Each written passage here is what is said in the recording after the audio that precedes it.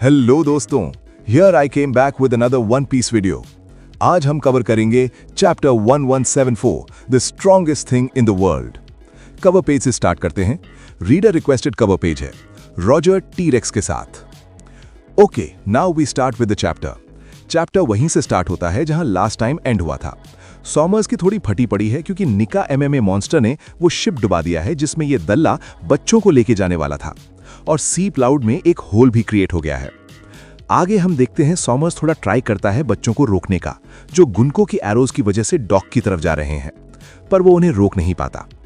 आगे हम देखते हैं सॉमर्स अपना असली रूप में आ जाता है और बहुत ही गंदा सा एक्सप्रेशन देता है, और अब ये बच्चों को मॉक कर रहा है, सोचते हुए कि ये बेस्ट वे है इन बच्चों को मारने का। आगे वो बोलता है, वैसे भी ये सब ग्रेट वन की मिस्टेक है, मतलब इमोसामा की मिस्टेक, क्योंकि उसने गुनको की बॉडी पर कंट्रोल ले लिया है।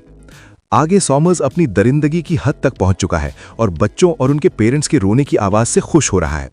भाई मतलब ये पूरा साइकोपैथ है। आगे सॉमर्स बच्चों को बताता है कि ओरिजिनल प्लान तो तुम सबको सेफली होली लैंड ले जाने का था, पर अब जब सी क्लाउड और शिप बेकार हो चुके हैं तो प्लान में चेंज करते हैं। फिर बहुत ही एक्साइटेड वे में सॉमर्स दल्ला बोलता है कि तुम सब एक टेरेबल मौत मरने वाले हो। आगे हम देखते हैं कोलोन रो रहा होता है, ये बोलते हुए कि वो कभी कोई गलत काम नहीं करेगा। आगे हमें एक फ्लैशबैक दिखाया जाता है जिसमें कोलोन एक दूसरे चाइल्ड से डुअल जीत जाता है और बदले में हारने वाले बच्चे का खिलौना रख लेता है। वो टॉय कुछ एमेथिस्ट जैसा लग रहा था, इसलिए रिप्ली कोलोन को डांट रही होती है, बोलते हुए कि तुम बाकी बच्चों से स्ट्रांग हो तो तुम्हें उनके साथ अच्छा और काइंड रहना चाहिए। आगे जब कोलोन एज पर पहुंच चुका होता है, रिप्ली उसके सामने आकर उसे हक कर लेती है, जिसमें वो थॉर्न से इंजर्ड हो जाती है। आगे कोलोन रोते हुए बोलता है, मॉम मैं मरना नहीं चाहता। मॉम बोलती है, सॉरी बेटा, मैं इसे नहीं रोक पा रही हूं। आगे कोलोन बोलता है, मॉम मुझसे दूर हट जाओ, आप भी मर जाओगी। आगे रिप्ली बोलती है, मैं कोलोन, मैं तुम्हें अकेले मरने नहीं दूंगी। See guys, I think chapter का नाम जो ओडा सेंसे ने दिया है वो मदर्स लव के बारे में है। ओडा सेंसे ने एक SBS में भी बोला था, mother is the strongest in the world, जो बिल्कुल सच बात है।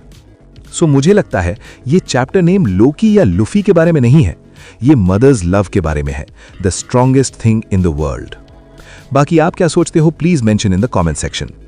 आगे चलते हैं। आगे हमें एक बहुत ही सैड और इमोशनल डबल पेज दिखाया जाता है। बाकी सब पेरेंट्स अपने बच्चों को हक कर लेते हैं और बच्चों के साथ सब अंडरवर्ल्ड में गिर रहे होते हैं। आगे हम देखते हैं पूरा एल्बाफ हिलने लगता है, ड्रम्स का साउंड गूंजने लगता है। भाई it's just pure goosebumps, fire fire fire. बहनचो ये क्या है ये? एक कोलोसल क्रीचर अपीयर होता है और सामने होता है giant Luffy in gear 5। They saved everyone from falling. भाई ये लोकी का ड्रैगन फॉर्म कितना बड़ा है, इसकी आंखें बिल्कुल डोमी रिवर्सी ज़ेबिक की तरह लग रही हैं। आगे हम देखते हैं लोकी के अपीयरेंस के बाद एल्बाफ में स्नो गिरने लगती है और चारों तरफ लाइटनिंग गिरने लगती है। आई गेस ये सब लोकी के डेविल फ्रूट की पावर है। भाई सोच रहे हो कि लोकी कितना पावरफुल, और मेरी रिक्वेस्ट ओडा सेंसे से, इतना ब्रोकन कैरेक्टर बना दिया है सर, बाद में नर्फ मत करना इसे प्लीज। लोकी सब बच्चों और उनके रिलेटिव्स को सेफ जगह पे छोड़ देता है, साथ ही साथ सारे MMA मॉन्स्टर्स को भी मार रहा है। और जैसे ही लुफी अपनी गियर 5 फॉर्म में होता है, ड्रम्स ऑफ लिबरेशन पूरे एल्बाफ में सुनाई देने लगते हैं। जायंट्स सरप्राइज हो जाते हैं ड्रम सुन के। सॉमर्स की तो जी फट चुकी है और कुछ देर में इसकी मां भी खुतेगी। इमू गुनको के जरिए ये सब देख रहा होता है कि क्या हो रहा है। मुझे तो लगता है इमू की भी लुप लुप हो रही होगी। आगे हम देखते हैं जायंट्स बोल रहे हैं, what's this rhythm, Elbaph itself is shaking.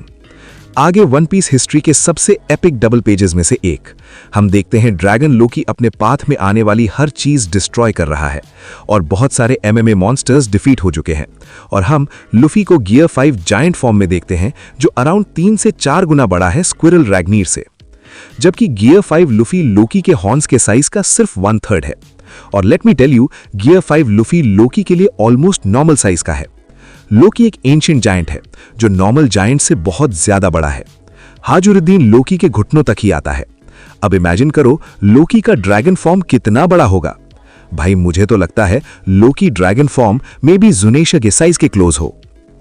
आगे चैप्टर एंड होता है जारिल के फाइनल वर्ड्स के साथ, on the day of a lightning snowstorm a gigantic beast appears covering the sky and along with the drum of liberation, the sun god descends. Oh भाई, goosebumps guys, goosebumps. Last में Luffy हंसते हुए बोलता है, this is so funny, look at how big you are. यहीं chapter end होता है। Next week break है और मैं बहुत सैड हूं उसको लेके, पर कोई ना, सह लेंगे थोड़ा। ठीक है दोस्तों, बाय बाय। और लोकी की ड्रैगन फॉर्म कैसी लगी जरूर बताना कमेंट्स में, और ऐसी ही वन पीस रिलेटेड वीडियोस के लिए सब्सक्राइब जरूर करें। बाय बाय, राम राम, खुदा हाफिज, शब्बा खैर।